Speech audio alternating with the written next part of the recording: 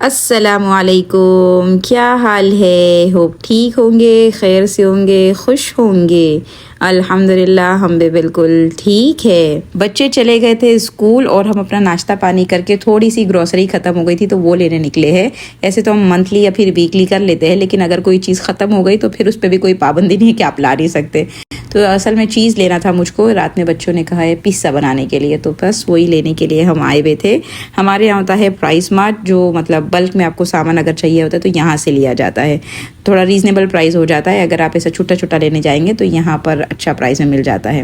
تو یہ نیوٹریلا بھی جو اوریجنل جو کمپنی کا آتا ہے وہ تو مہنگا ہوتا ہے، پر یہ جو اگر ہم ممبر شپ کا لیتے ہیں نا تو تھوڑا سا سستا پڑ جاتا ہے۔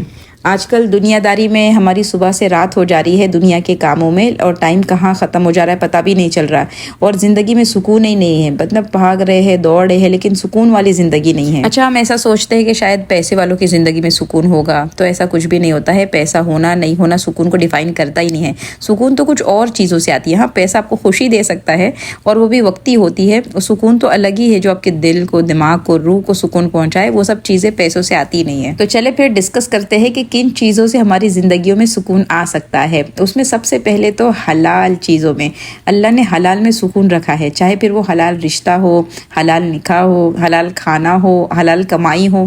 جتنی چیزیں حلال آپ یوز کرتے ہیں آپ کی زندگی میں سکون آ جاتا ہے۔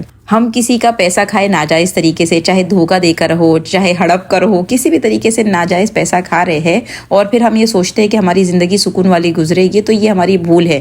ہاں، خوشی مل سکتی ہے ہم کو کہ بھئی ہم خوش ہو جائے، ارے واہ ہمارے پاس کتنا پیسہ ہے۔ آپ نے دیکھا ہوگا بہت سے لوگوں نے پیسہ کھا کر وہ خوش رہ سکتے ہیں، لیکن سکون والی زندگی تو نہیں گزار سکتے۔ اسی طرح کوئی رشتے ہم باہر حرام کے ڈھونڈ رہے ہو اور اس پہ سکون ڈھونڈنے کی کوشش کر رہے تو ہماری بڑی بھول ہے، کیونکہ اللہ نے سکون حلال چیزوں میں رکھی ہے، حرام میں ہے ہی نہیں۔ اچھا، جب ہم حرام چیزوں میں سکون ڈھونڈنے کے عادی ہو جاتے ہیں نا، تو سب سے بڑی نحوست یہ ہوتی ہے کہ اللہ حلال چیزوں میں سے لذت کو ہٹا دیتا ہے۔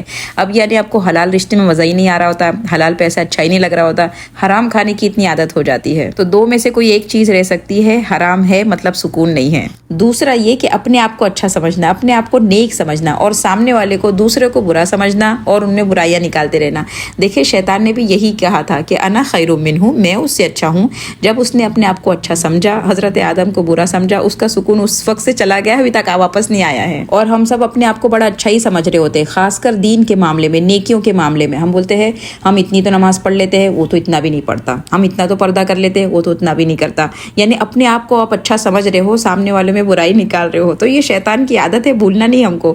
تو جب شیطان کی عادت ایک بار لگ گئی نا، تو ایک انسان میں نہیں، آپ کو ہر انسان میں برائی دکھے گی اور اپنی اچھائی آپ کو ظاہر ہوتی جائے گی۔ تو یہ جب چیز ہوگی نا زندگی میں، بھائی سکون والی تو زندگی نہیں ہونے والی۔ تیسری وجہ جس کی وجہ سے ہمارا سکون ختم ہو سکتا ہے وہ ہے اوور تھنکنگ کرنا، زیادہ سوچتے رہنا، فیوچر کو سوچتے رہنا۔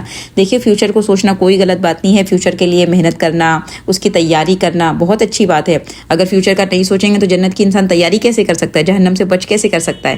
تو فیوچر کے سوچنے میں کوئی حرج نہیں ہے، لیکن اتنا سوچنا کہ آپ کا سکون ہی ختم ہو جائے، یعنی اوور تھنکنگ اپنے کہ بھائی کل کیا ہوگا، میرے بچے کیسے بڑے ہوں گے، یہ بیماری کیسے ختم ہوگی، اتنا سوچ کے اپنا سکون ہم خود ختم کر دے رہے ہیں۔ تو زیادہ سوچنے کی ضرورت نہیں ہے، بلکہ اللہ پر بھروسہ کرنا سیکھے کہ جس رب نے مجھ کو آج کھلایا ہے وہ بالکل میرے بچوں کو کل کھلا دے گا۔ اللہ کی ذات پر بھروسہ اگر ہم کو آ جائے گا نا، تو زندگی میں سکون خود ہی آ جائے گا۔ دیکھیں، موسیٰ علیہ السلام کی والدہ نے جب ان کو، موسیٰ علیہ السلام کو سمندر میں پھینکا، تو ماں کے لیے آسان نہیں ہے کہ اپنے بچے کو اٹھا کے سمندر میں پھینک دینا، لیکن انہوں نے اپنی پوری محنت کر لی کہ میں اس بچے کو کیسے بچا سکتی ہوں، اس کی پوری محنت کر لی۔ پھر اس کے بعد اللہ پر چھوڑ دیا کہ اللہ ہے وہ سنبھال لے گا، اور پھر کہ اللہ نے نہیں سنبھالا۔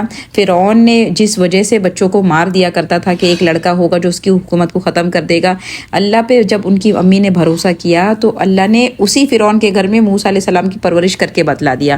تو ہم اتنا زیادہ اوور تھنکنگ نہیں کریں کہ میرے ساتھ کیا ہوگا، میرا فیوچر کیسا ہوگا، ہم اپنی طرف سے بس محنت پوری کر دے اور نتیجہ اللہ پہ چھوڑ دے۔ امید کو چھوڑ دینا بھی سکون کو ختم کر دیتا ہے۔ مایوس انسان ہے نا، بڑا بے سکونے میں زندگی نکالتا ہے۔ اگرچہ حالات بہت زیادہ خراب چل رہے ہو، ہماری لائف بہت زیادہ یعنی ٹربل والی، مشکل والی گزر رہی ہو، لیکن پھر بھی امید کو تو نہیں چھوڑنا۔ ایک امید تو ہے، جو باقی رہے گی تو سکون باقی رہے گا۔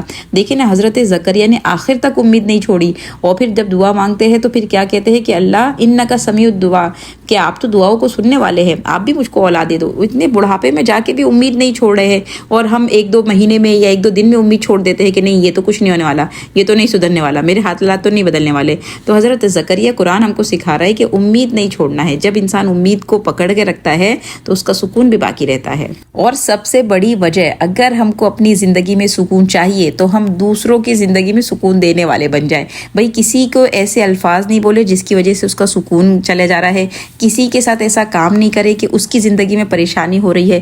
بالکل قرآن اس کو بتاتا ہے, اگر آپ دوسرے کو بے سکون کر رہے ہو اور سمجھ رہے کہ مجھ کو سکون ملے گا, امپاسبل ہے. آج تو ہم زبان سے ایسے ایسے تیر چلاتے ہیں کہ سامنے والے کا دل چھلنی ہو گیا ہوتا ہے, بھلے کچھ بھی ہم بول رہے ہوتے ہیں. آج کس کی زبان بھائی, ہم کہاں سوچ کے سمجھ کے کچھ بول رہے ہوتے ہیں کہ بھائی میرے بولنے سے اس کو کچھ فرق پڑ جائے گا کہ نہیں پڑے گا.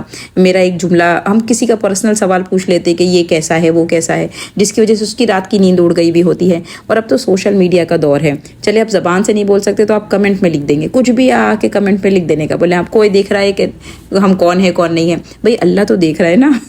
اور آپ کا وہ جملہ, آپ کا ایک کمنٹ کسی نے پڑھا تو اس کا دل دکھا, یہ ہم سوچتے ہی نہیں اس بارے میں کہ کسی کا سکون آپ برباد کر کے کیسے امید رکھ سکتے ہیں کہ خود سکون میں رہیں گے. اسی کا اپوزٹ ایک چیز آئے گی پھر کہ اللہ کی مخلوق کی مدد کرے. مدد کسی بھی ذریعے ہو, چاہے پھر بھوکے کو آپ کھانا کھلائے, کسی بھوکے کو کھانا کھلا کے دیکھے کیسے دل کو سکون محسوس ہو رہا ہوتا ہے. کسی کی مدد کے لیے آگے بڑھ جائے, کسی کو 2 جملے سے مدد کر سکتے تو وہ جملے سے مدد کر دے. کوئی بیچارہ نا امید ہو چکا ہے, مایوس ہو چکا ہے, آپ کے 2 بول اس کو پھر سے زندگی کی طرف لے کر آ سکتے ہیں. دیکھیں بیمار جب انسان ہوتا ہے نا تو سنت دعا کیا بتائی گئی ہے کہ اس کو جا کے کہنا ہوتا ہے لا بأس طہورا انشاءاللہ, کہ کوئی بات نہیں اچھے ہو جاؤ گے انشاءاللہ. اگرچہ ڈاکٹر نے پورا جواب دے دیا ہو گیا تو بھی مریض کو کیا بولنا ہے, ارے کوئی فکر کی بات ہی نہیں ہے, انشاءاللہ آپ جلدی سے اچھے ہو جاؤ گے. یہ اچھے ہو جانے والا جملہ اس کو امید دیتا ہے, حوصلہ دیتا ہے. تو لوگوں کی مخلوق کی مدد کرنے سے زندگی میں ہمارے سکون آتا ہے. اور آخر میں یہ آیت تو ہم سب کو پتہ ہے کہ الا بذکر اللہ تطمئن القلوب, کہ سنو آگاہ ہو جاؤ کہ اللہ کے ذکر سے ہی دلوں کو سکون ملتا ہے. تو جب دلوں کو سکون اللہ کے ذکر سے ملتا ہے, اس کا کیا مطلب ہے؟ ایک تو ذکر ہم کہتے ہیں کہ تسبیحات پڑھنا, لیکن اللہ کو یاد کرنا ہے. آپ حلال کام کر رہے ہو مطلب آپ نے اللہ کو یاد کیا. آپ حرام سے بچے کیونکہ ہمارے دل میں اللہ کا ڈر ہوا اس لیے حرام سے بچے. ہم نے کسی کی مدد کی وہ اللہ کے واسطے کی, تو یہ بھی اللہ کو یاد کرنے کے اس میں ہی آتا ہے. تو جب ہم یہ سارے کام کر رہے ہیں مطلب ہم اللہ کو یاد کر رہے ہیں, تو پھر اللہ بھی گارنٹی ہے کہ دلوں کو سکون ملنے کا پھر کام ہو جائے گا آپ کا. اللہ سے دعا ہے کہ اللہ ہم کو ان باتوں پر عمل کرنے والا بنا دے تاکہ ہماری زندگی اور جو ہے نا سکون والی ہو جائے. جب ہماری زندگی سکون والی ہو جائے گی تو پھر آگے ہم کسی اور کی مدد کر سکیں گے.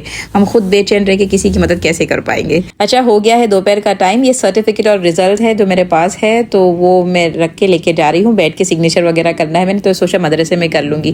آپ نے ڈیٹ بھی دیکھ لی ہوگی کہ 1 دسمبر کو ہمارا جلسہ ہے انشاءاللہ. تو یہ ویڈیو جب تک آپ تک پہنچے گی یعنی سنڈے کو, اس دن ہم اپنے جلسے میں بیٹھے ہوگے. تو آپ لوگ سب نے دعا کرنی ہے کہ اللہ ہمارے مدرسے کے جلسے کو خوب کامیاب کرے, ہدایت کا ذریعہ بنائے. ہر سال جلسہ ہوتا ہے نا ماشاءاللہ, بہت زیادہ خوشی والا دن ہوتا ہے, لیکن یہ بار کا جلسہ تھوڑا اداسی کے لے کر آیا ہے. وہ انشاءاللہ بتاؤں گی کس بات کی اداسی ہے نیکسٹ ویڈیو میں. اچھا بچیوں نے جو فارغ ہونے والی ہے نا, انہوں نے دعوت دی تھی کہ سب آپا لوگ کو بلا لیا تھا کہ آپ لوگ کو دعوت دینا ہے, ہم لوگ تھوڑا کھلاتے پھلاتے ہیں. تو کافی اچھی ماشاءاللہ بچیوں نے دعوت ارینج کر دی تھی. اس میں کیک میٹھے ہے اور پھر پیزا ہے, سموسا ہے. میں نے بتا دیا ہم گجراتیوں کی دعوت بنا سموسے کی ادھوری ہے, تو سموسا ہے, پھر پاستا ہے اور ساتھ میں 1-2 اسنیکس وغیرہ ہے. بہت اچھی ماشاءاللہ سے دعوت کی. اللہ بچیوں کو بھی جزائے خیر دے. ٹین ایج بچیاں ہیں تو ان کو ذرا ڈیکوریشن وغیرہ کا شوق ہے, تو انہوں نے خود ہی تھوڑا سجا دجا لیا ہے, خود ہی خوش ہو گئے ہیں. تو اللہ کا شکر مدرسے نے ہمیشہ کوشش کی ہے کہ بچوں کے ساتھ تھوڑا بچہ رہا جائے. یعنی ہم نے ان کو گھمایا بھی ہے, پھرایا بھی ہے اور سجایا بھی ہے, اور کافی یعنی کوشش کی گئی ہے. اللہ سے دعا ہے کہ اللہ ہماری محنتوں کو قبول فرما کر عمل کی توفیق عطا فرمائے.